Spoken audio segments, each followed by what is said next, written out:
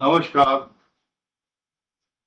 वृषभ राशि पर मंगल का गोचर ऐसे समय पर आया है या आ रहा है जब शनि वक्री होकर कुंभ राशि में मूल त्रिकोण में वक्री होकर के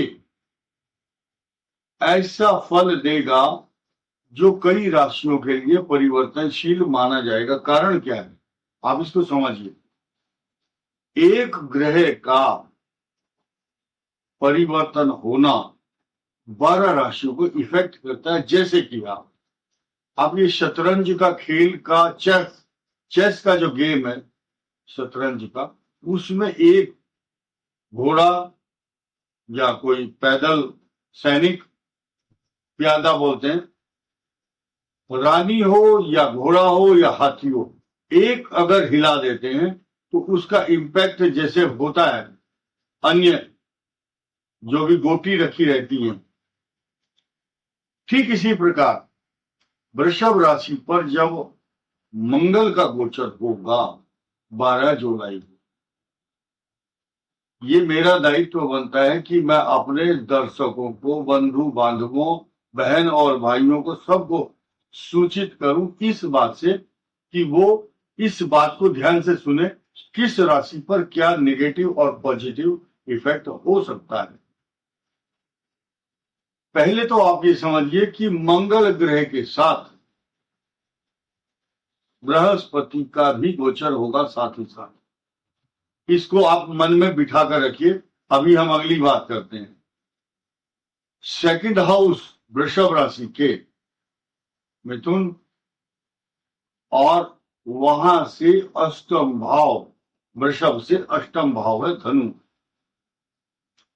अब धनु राशि का स्वामी मंगल के साथ है, मंगल की पूर्ण दृष्टि धनु पर होगी। ये फायरी साइन है, अग्नि तत्व है धनु। वृषभ स्थिर राशि है, स्टेबल। वृषभ, सिंह, वृश्चिक और कुंभ, ये 4 राशियां स्थिर राशि है। अब कॉम्बिनेशन किस किस का कहां कहां बैठता, ये 12 की 12 राशियों पर एक एक पर हम चर्चा करेंगे।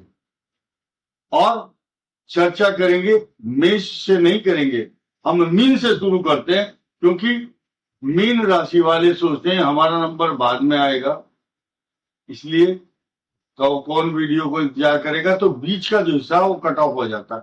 मीन से शुरू करते हैं।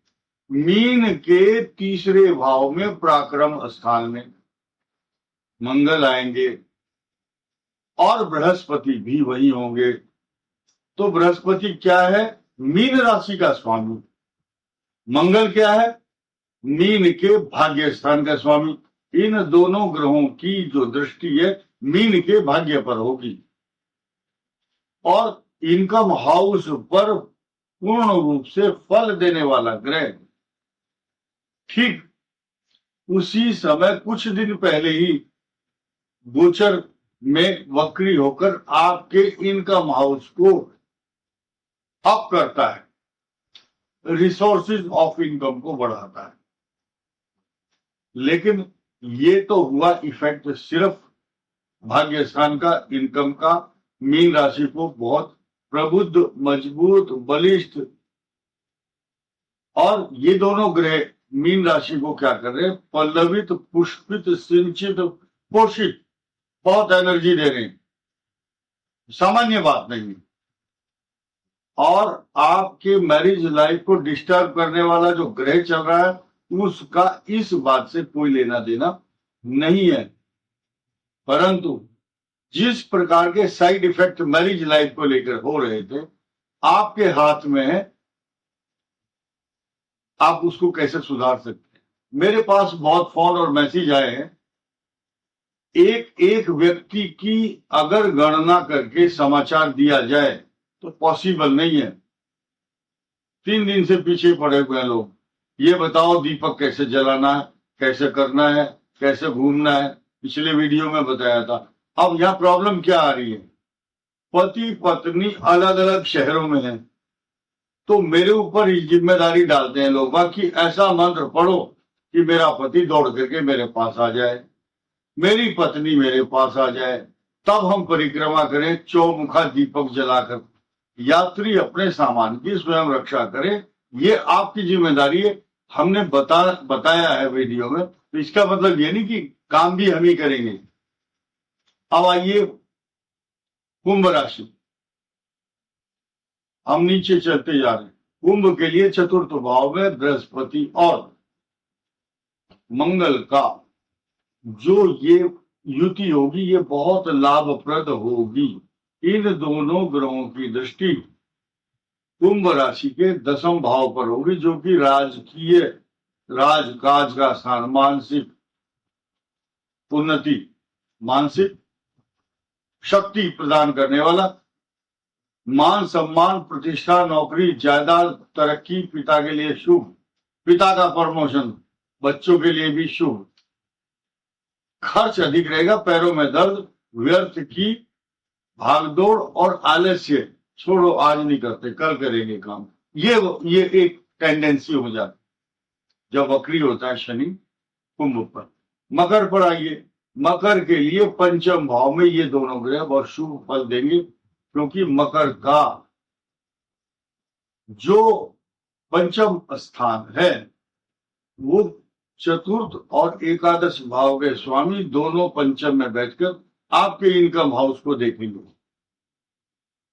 भाग्य स्थान पर शुभ ग्रहों का प्रभाव भी रहेगा, जैसे कि बुध भाग्य स्थान में या कर्क केंद्र में आ जाए, ये बहुत पॉजिटिव मायने रखती है अच्छी।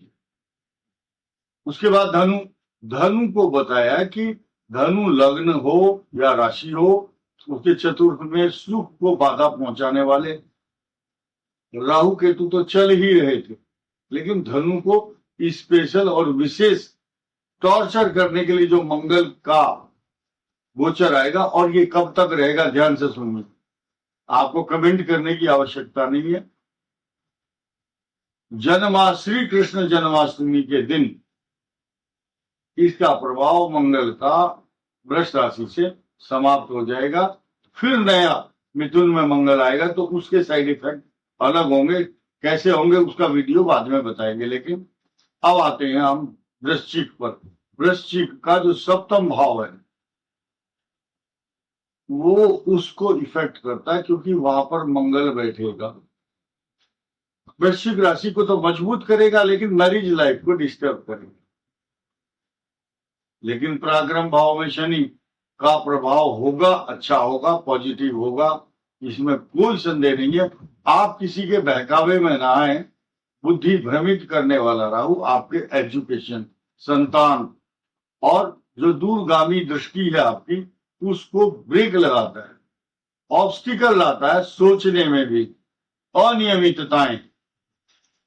अब तुला, तुला के लिए अच्छा इफेक्ट बिल्कुल नहीं कहा जा सकता। तुला के लिए अष्टम भाव मंगल मैरिज लाइफ को डिस्टर्ब किया, क्योंकि सप्तमेश अष्टम में चला गया। और शुक्र की जो राशि है, शुक्र को आप समझिए रुई कॉटन या घी के समान सॉफ्ट है, और उसके साथ आग का अंगारा गया तो विस्फोट होगा, या अग्नि तत्व को थोड़ी सी हवा चली तो आग लपटे उठती है। इसलिए अपने मैरिज लाइफ और हेल्थ को लेकर के स्पॉन्डिलाइटिस, चक्कर आना, कोई दवाई खाना, कुछ लोग जुकाम की दवाई खाते हैं, बॉडी में लेजीनेस, आलस्य आता है। स्वास्थ्य का ध्यान रखिए, खास तौर से तुला राशि वाले। बाकी ग्रह आपके बहुत पॉजिटिव भी चल रहे हैं, क्योंकि अब अष्टम भाव है, तो वहां पर राहु की भी दृष्टि, चतुर्थ का फल देने वाला शनि भी आपके पास चतुर्थ भाव का फल देगा। तो कहीं से अच्छे परिणाम आने की संभावना नहीं कह सकते। बहुत लोग नाराज होते हैं, आप तो खराब बताते हो, सुनने की ताकत होनी चाहिए। हमारा कोई विशेष शत्रुता किसी से नहीं है, हम सिर्फ राशियों का विश्लेषण कर रहे हैं।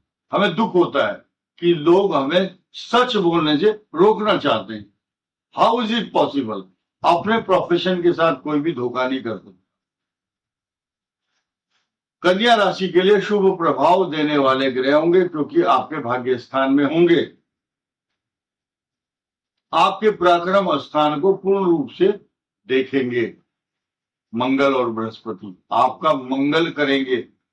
छोटा सा भी आदमी होगा जिसकी बजट अच्छा नहीं होगा, वो भी 1000 रुपए खर्च करने की क्षमता रखता है। ऐसी स्थिति में जब कन्या राशि के भाग्य स्थान में बृहस्पति और मंगल होगा। मंगलों का प्रतीक सिंह के लिए वरदान बनने वाला ये युति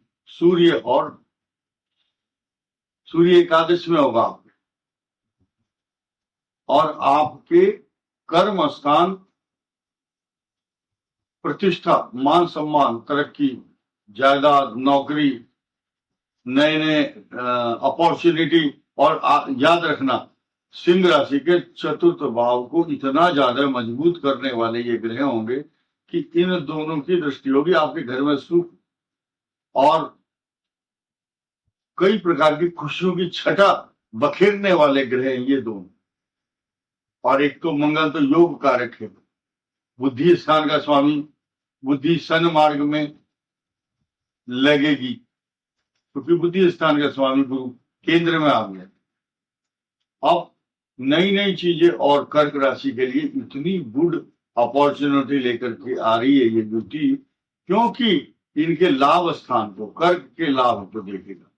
कर्क के लिए जैसे कि चंद्रमा इनको सुरक्षित, कांति युक्त, आभा मंडल से परिपूर्ण, यश, प्रतिष्ठा, पराक्रम, मान सम्मान, कहीं से भी कोई कमी नहीं आएगी। संतान का सुख जल्दी ही मिलने वाला है, ये तो सच्चाई है, इसमें कोई शक नहीं है। अब मिथुन के लिए ये स्थिति अच्छी नहीं है। दाम्पत्य जीवन से लेकर आपके आर्थिक मामलों में भी कष्ट देने वाले ग्रह, यानी कि जब विपत्ति आती है तो चारों तरफ से आती है। तो मिथुन तुला कुंभ याद रखो। मिथुन में 4 जोड़ दो, 3 में 4 7, 7 में 4 जोड़ो 11, ये 3 राशि। मिथुन तुला कुंभ ये तीनों राशियां पश्चिम दिशा की स्वामिनी है। जब भी कोई समस्या आएगी पश्चिम दिशा से आएगी और दक्षिण की तरफ से भी आएगी, लेकिन जब समाप्त होंगी तो पूर्व दिशा की ओर ये समाप्त हो जाएंगी और उत्तर की दिशा की तरफ भी समस्या चली जाएगी। मिथुने तुलायाम कुंभे पश्चिमायाम कर्काली मीने उत्तरोत्तरश्याम। कर्क, वृश्चिक और मीन ये उत्तर दिशा की स्वामिनी होती है। लेकिन अब हम यहाँ बात करेंगे वृषभ राशि की खुद। वृषभ राशि पर जब ये युति होगी, वृषभ के ऊपर गुरु भी होंगे, अष्टम भाव के स्वामी, द्वादश भाव के स्वामी, आपके सप्तम भाव पर देखेंगे। आपके चतुर्थ भाव सुख में बाधा पहुंचाएंगे, माता को कष्ट देंगे, एलर्जिक प्रॉब्लम, सर्जरी से लेकर के कोई ना कोई एंटीबायोटिक दवाई खाने तक, तथा पेट के रोग, संतान संबंधी अगर कोई बात चल रही है घर में, तो जिस पत्नी को या बहू को, जिस बहन को संतान का योग बना हुआ है, उसमें कुछ व्यवधान, परेशानी आ सकती है। इसलिए उनको परामर्श दिया जाता है कि अच्छे गाइनोकोलॉजिस्ट या फैमिली डॉक्टर या जिसके पास आपका ट्रीटमेंट चलता हो उससे संपर्क बनाए रखें, ये अच्छा रहेगा। यानी कि गर्भ में पल रही जो संतान है उसके लिए कुछ व्यवधान, परेशानी, कष्ट, चिंता का विषय रहता है। So you should be very careful. बहुत लोग थैंक यू बोलते हैं, अच्छा हुआ पंडित जी आपने बताया और हमने उस पर ध्यान दिया। अब आइए मेष राशि। मेष राशि के धन, कुटुंब, वाणी स्थान पर बृहस्पति आपकी सुंदर वाणी होगी। आपकी राशि का स्वामी द्वितीय भाव में बैठा हुआ होगा। और छठे भाव में केतु आपके शत्रुओं का विनाश करेंगे। सिर्फ इस बात का ध्यान रखना है कि जो खर्चा आप कर रहे हैं, कमाई बहुत होगी, बैंक बैलेंस भी अच्छा होगा, ध्यान रखना है कि उसको सही मार्ग पर सही तरीके से खर्च करें। Control your budget in every month. Uncontrolled budget हानिकारक हो सकता है तथा अपने शब्दों पर, वाणी पर मुखारविंद से अच्छे शब्द प्रयोग करें। और जिन जिन की इस स्थिति में सूर्य चंद्र मंगल की महादशा चल रही होगी, उनके लिए लाभदायक समय सिद्ध होगा। राहु, बृहस्पति और शनि ये तीनों लाभकारी होंगे। किस किस राशि के लिए? जैसे कि कन्या, मिथुन, धनु और मीन, इनके लिए बृहस्पति की दशा। वृषभ, तुला, मेष, इनके लिए शनि की दशा वरदान बन रही है इस समय, जैसे ये कॉम्बिनेशन की बात कर रहे हैं। तो कुल मिलाकर के इन 12 राशियों को अपने इष्ट देवता, ज्यादातर इष्ट देवता भगवान शिव, हनुमान जी, माँ दुर्गा और गणेश जी, इनकी आराधना करना या इनका जप करना, या आपको जो मंत्र दिया गया है या आपके इष्ट देवता का गूगल से आप मंत्र ले सकते हैं या धर्म ग्रंथों से ले सकते हैं। इस बात पर कई बार वीडियो बना चुके हैं, कौन से आराध्य देवता की उपासना करें, लेकिन हनुमान जी की उपासना कलयुग में शीघ्र फल देने वाली है। भगवान शिव को आशुतोष कहा गया है, उनकी पूजा भी और हनुमान जी की शीघ्र फल देने वाली होती है।